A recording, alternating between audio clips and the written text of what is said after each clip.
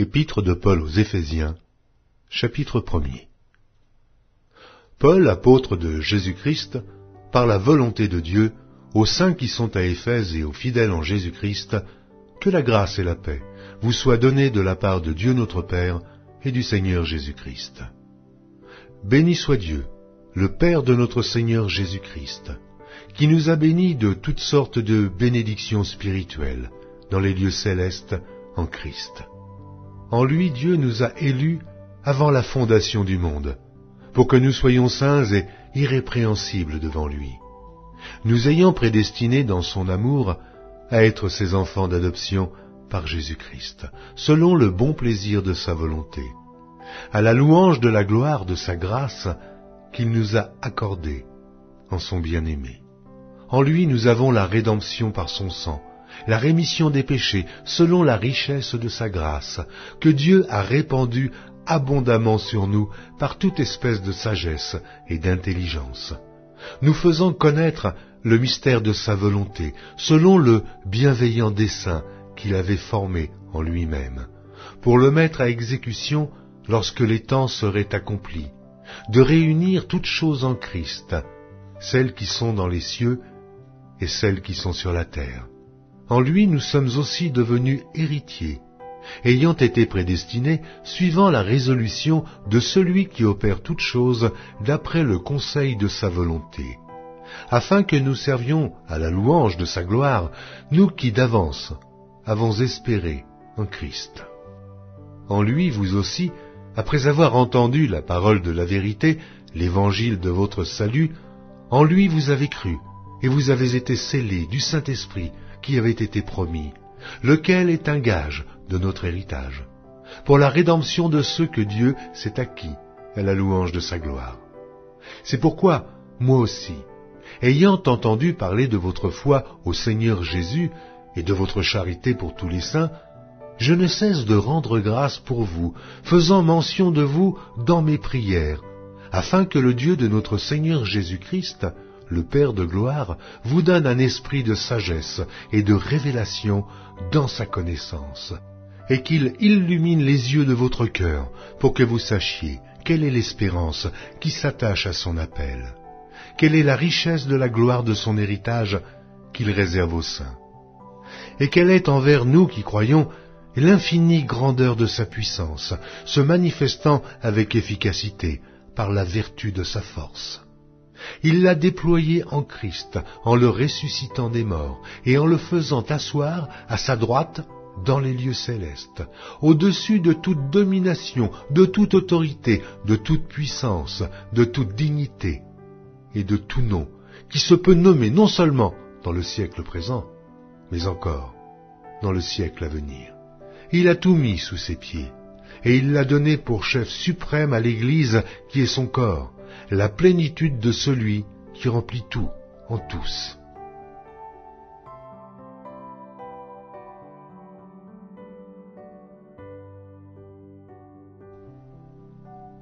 Épître de Paul aux Éphésiens, chapitre 2. Vous étiez morts par vos offenses et par vos péchés, dans lesquels vous marchiez autrefois, selon le train de ce monde, selon le prince de la puissance de l'air, de l'esprit qui agit maintenant dans les fils de la rébellion. Nous tous aussi, nous étions de leur nombre, et nous vivions autrefois selon les convoitises de notre chair, accomplissant les volontés de la chair et de nos pensées, et nous étions par nature des enfants de colère, comme les autres. Mais Dieu qui est riche en miséricorde, à cause du grand amour dont il nous a aimés, nous qui étions morts par nos offenses, nous a rendus à la vie avec Christ. C'est par grâce que vous êtes sauvés. Il nous a ressuscités ensemble, et nous a fait asseoir ensemble dans les lieux célestes en Jésus-Christ, afin de montrer dans les siècles à venir l'infinie richesse de sa grâce, par sa bonté envers nous, en Jésus-Christ. Car c'est par la grâce que vous êtes sauvés, par le moyen de la foi, et cela ne vient pas de vous, c'est le don de Dieu. Ce n'est point par les œuvres, afin que personne ne se glorifie, car nous sommes son ouvrage, ayant été créés en Jésus-Christ pour de bonnes œuvres que Dieu a préparées d'avance, afin que nous les pratiquions. C'est pourquoi, vous autrefois païens dans la chair, appelés incirconcis par ceux qu'on appelle circoncis, et qui le sont en la chair, par la main de l'homme, souvenez-vous que vous étiez en ce temps-là, sans Christ, privés du droit de cité en Israël, étrangers aux alliances de la promesse, sans espérance et sans Dieu dans le monde. Mais maintenant, en Jésus-Christ, vous qui étiez jadis éloignés, vous avez été rapprochés par le sang de Christ. Car il est notre paix, lui qui des deux n'en a fait qu'un, et qui a renversé le mur de séparation, l'inimitié, ayant anéanti par sa chair les lois des ordonnances dans ses prescriptions, afin de créer en lui-même avec les deux un seul homme nouveau, en établissant la paix, et de les réconcilier l'un et l'autre en un seul corps, avec Dieu par la croix, en détruisant par elle l'inimitié.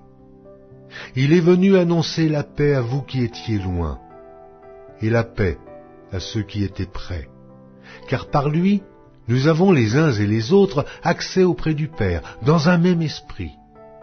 Ainsi donc, vous n'êtes plus des étrangers, ni des gens du dehors, mais vous êtes concitoyens des saints, gens de la maison de Dieu. Vous avez été édifiés sur le fondement des apôtres et des prophètes, Jésus-Christ lui-même étant la pierre angulaire. En lui, tout l'édifice bien coordonné s'élève pour être un temple saint dans le Seigneur. En lui, vous êtes aussi édifiés pour être une habitation de Dieu, en esprit.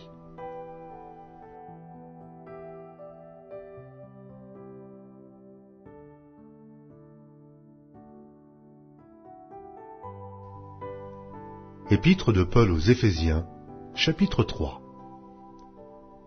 À cause de cela, moi, Paul, le prisonnier de Christ pour vous, païens, si du moins vous avez appris quelle est la dispensation de la grâce de Dieu qui m'a été donnée pour vous, c'est par révélation que j'ai eu connaissance du mystère sur lequel je viens d'écrire en peu de mots.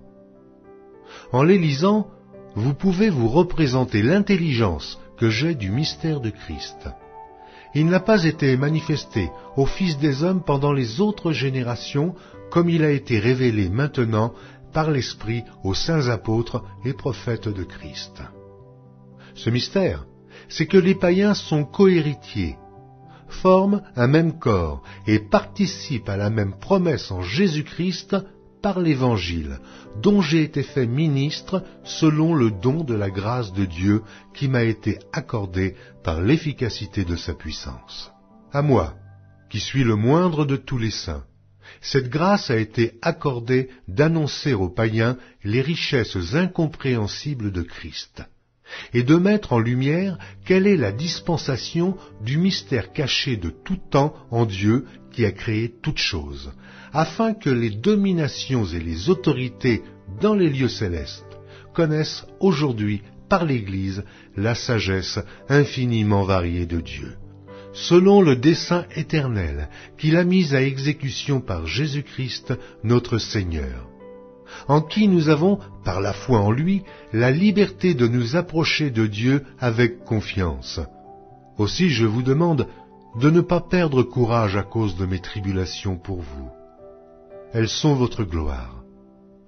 À cause de cela, je fléchis les genoux devant le Père, duquel tire son nom toute famille, dans les cieux et sur la terre, afin qu'il vous donne, selon la richesse de sa gloire, d'être puissamment fortifié par son esprit dans l'homme intérieur, en sorte que Christ habite dans votre cœur par la foi, afin qu'étant enraciné et fondé dans l'amour, vous puissiez comprendre avec tous les saints quelle est la largeur, la longueur, la profondeur et la hauteur, et connaître l'amour de Christ, qui surpasse toute connaissance, en sorte que vous soyez remplis jusqu'à toute la plénitude de Dieu.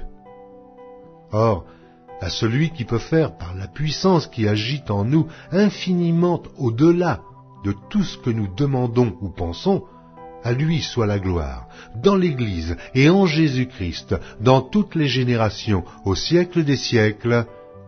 Amen.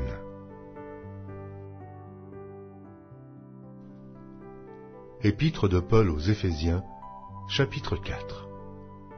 Je vous exhorte donc, moi, le prisonnier dans le Seigneur, à marcher d'une manière digne de la vocation qui vous a été adressée, en toute humilité et douceur, avec patience, vous supportant les uns les autres avec charité, vous efforçant de conserver l'unité de l'esprit par le lien de la paix.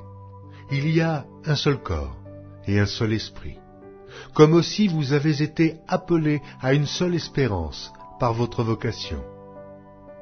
Il y a un seul Seigneur, une seule foi, un seul baptême, un seul Dieu et Père de tous, qui est au-dessus de tous et parmi tous et en tous. Mais à chacun de nous, la grâce a été donnée selon la mesure du don de Christ. C'est pourquoi il est dit, étant monté en haut, il a emmené des captifs et il a fait des dons aux hommes.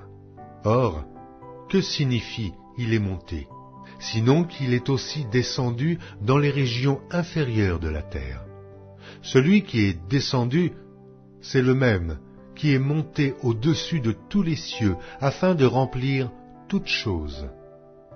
Et il a donné les uns comme apôtres, les autres comme prophètes, les autres comme évangélistes, les autres comme pasteurs et docteurs, pour le perfectionnement des saints en vue de l'œuvre du ministère et de l'édification du corps de Christ, jusqu'à ce que nous soyons tous parvenus à l'unité de la foi et de la connaissance du Fils de Dieu, à l'état d'homme fait, à la mesure de la stature parfaite de Christ, afin que nous ne soyons plus des enfants, flottants et emportés à tout vent de doctrine, par la tromperie des hommes, par leur ruse, dans les moyens de séduction, mais que, professant la vérité dans la charité, nous croissions à tous égards en celui qui est le chef, Christ. C'est de lui, et grâce à tous les liens de son assistance, que tout le corps, bien coordonné et formant un solide assemblage, tire son accroissement selon la force qui convient à chacune de ses parties, et s'édifie lui-même dans la charité. Voici donc ce que je dis, et ce que je déclare dans le Seigneur. C'est que vous ne devez plus marcher comme les païens, qui marchent selon la vanité de leurs pensées. Ils ont l'intelligence obscurcie. Ils sont étrangers à la vie de Dieu, à cause de l'ignorance qui est en eux, à cause de l'endurcissement de leur cœur. Ayant perdu tout sentiment, ils se sont livrés à la dissolution, pour commettre toute espèce d'impureté, jointe à la cupidité. Mais vous, ce n'est pas ainsi que vous avez appris Christ. Si du moins vous l'avez entendu, et si, conformément à la vérité qui est en Jésus, c'est en lui, que vous avez été instruits à vous dépouiller, eu égard à votre vie passée, du vieil homme qui se corrompt par les convoitises trompeuses, à être renouvelé dans l'esprit de votre intelligence, et à revêtir l'homme nouveau, créé selon Dieu, dans une justice et une sainteté que produit la vérité. C'est pourquoi renoncez aux mensonges, et que chacun de vous parle selon la vérité à son prochain, car nous sommes membres les uns des autres. Si vous vous mettez en colère, ne péchez point, que le soleil ne se couche pas sur votre colère, et ne donnez pas accès au diable. Que celui qui dérobait ne dérobe plus, mais plutôt qu'il travaille, en faisant de ses mains ce qui est bien, pour avoir de quoi donner à celui qui est dans le besoin. Qu'il ne sorte de votre bouche aucune parole mauvaise, mais, s'il y a lieu, quelques bonnes paroles qui servent à l'édification et communiquent une grâce à ceux qui l'entendent. N'attristez pas le Saint-Esprit de Dieu, par lequel vous avez été scellés pour le jour de la rédemption. Que toute amertume, toute animosité, toute colère, toute clameur, toute calomnie et toute espèce de méchanceté disparaissent du milieu de vous. Soyez bons les uns envers les autres, compatissants, vous pardonnant réciproquement, comme Dieu vous a pardonné en Christ.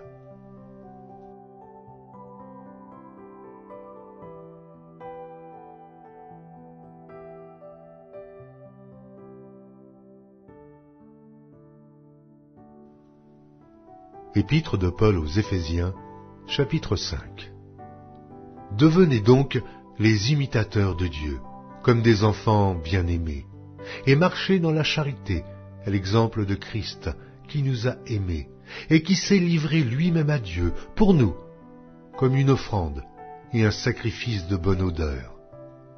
Que l'impudicité, qu'aucune espèce d'impureté, et que la cupidité ne soit pas même nommée parmi vous, ainsi qu'il convient à des saints. Qu'on n'entende ni paroles déshonnêtes, ni propos insensés, ni plaisanteries, choses qui sont contraires à la bienséance, qu'on entende plutôt des actions de grâce, car, sachez-le bien, aucun impudique ou impur, ou cupide, c'est-à-dire idolâtre, n'a d'héritage dans le royaume de Christ et de Dieu. Que personne ne vous séduise par de vains discours, car c'est à cause de ces choses que la colère de Dieu vient sur les fils de la rébellion.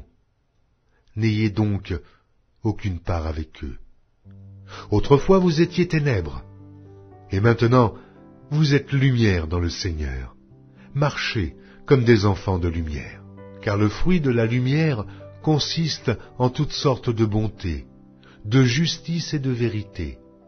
Examinez ce qui est agréable au Seigneur, et ne prenez point part aux œuvres infructueuses des ténèbres, mais plutôt condamnez-les. Car il est honteux de dire ce qu'ils font en secret.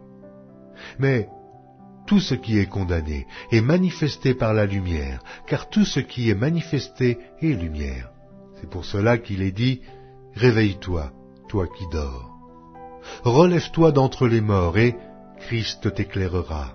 Prenez donc garde de vous conduire avec circonspection, non comme des insensés, mais comme des sages. Rachetez le temps, car les jours sont mauvais. C'est pourquoi ne soyez pas inconsidérés, mais comprenez quelle est la volonté du Seigneur. Ne vous enivrez pas de vin, c'est de la débauche. Soyez au contraire remplis de l'esprit. Entretenez-vous par des psaumes, par des hymnes et par des cantiques spirituels, chantant et célébrant de tout votre cœur les louanges du Seigneur. Rendez continuellement grâce pour toutes choses à Dieu le Père, au nom de notre Seigneur Jésus-Christ, vous soumettant les uns aux autres dans la crainte de Christ.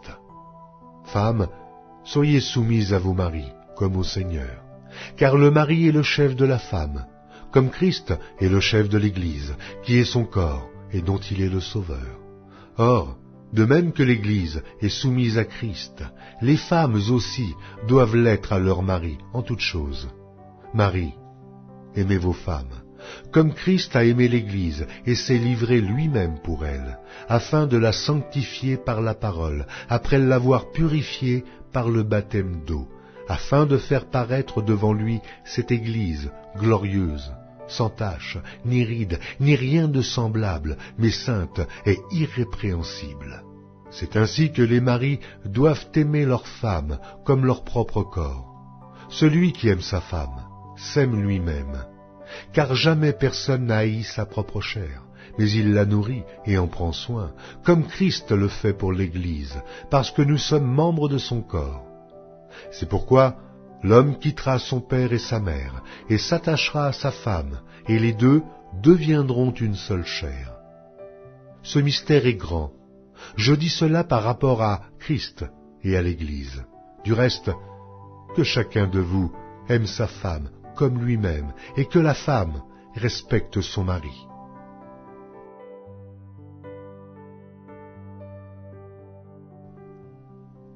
Épître de Paul aux Éphésiens, chapitre 6. Enfants, obéissez à vos parents, selon le Seigneur, car cela est juste. Honore ton père et ta mère, c'est le premier commandement avec une promesse, afin que tu sois heureux et que tu vives longtemps sur la terre. Et vous, pères, n'irritez pas vos enfants, mais élevez-les en les corrigeant et en les instruisant selon le Seigneur. Serviteurs, obéissez à vos maîtres, selon la chair, avec crainte et tremblement, dans la simplicité de votre cœur, comme à Christ. non pas seulement sous leurs yeux, comme pour plaire aux hommes, mais comme des serviteurs de Christ, qui font de bon cœur la volonté de Dieu. Servez-les avec empressement, comme servant le Seigneur, et non des hommes, sachant que chacun, soit esclave, soit libre, recevra du Seigneur selon ce qu'il aura fait de bien. Et vous, maîtres, agissez de même à leur égard, et abstenez-vous de menaces, sachant que leur maître et le vôtre est dans les cieux, et que devant lui, il n'y a point d'acception de personne. Au reste, fortifiez-vous dans le Seigneur, et par sa force toute puissante. Revêtez-vous de toutes les armes de Dieu, afin de pouvoir tenir ferme contre les ruses du diable. Car nous n'avons pas à lutter contre la chair et le sang, mais contre les dominations, contre les autorités, contre les princes de ce monde de ténèbres, contre les esprits méchants dans les lieux célestes. C'est pourquoi, prenez toutes les armes de Dieu, afin de pouvoir résister dans le mauvais jour, et tenir ferme après avoir tout surmonté. Tenez donc ferme, ayez à vos reins la vérité pour ceinture. Revêtez la cuirasse de la justice, mettez pour chaussure à vos pieds le zèle que donne l'évangile de paix. Prenez par-dessus tout cela le bouclier de la foi, avec lequel vous pourrez éteindre tous les traits enflammés du malin. Prenez aussi le casque du salut et l'épée de l'Esprit, qui est la parole de Dieu. Faites en tout temps par l'Esprit toutes sortes de prières et de supplications. Veillez à cela avec une entière persévérance et priez pour tous les saints. Priez pour moi, afin qu'il me soit donné, quand j'ouvre la bouche, de faire connaître hardiment et librement le mystère de l'Évangile, pour lequel je suis ambassadeur dans les chaînes, et que j'en parle avec assurance, comme je dois en parler, afin que vous aussi, vous sachiez ce qui me concerne, ce que je fais. Tychique, le bien-aimé frère et fidèle ministre dans le Seigneur, vous informera de tout. Je l'envoie exprès vers vous, pour que vous connaissiez notre situation, et pour qu'il console vos cœurs. Que la paix et la charité, avec la foi, soient données aux frères de la part de Dieu le Père et du Seigneur Jésus-Christ. Que la grâce soit avec tous ceux qui aiment notre Seigneur Jésus-Christ, d'un amour inaltérable.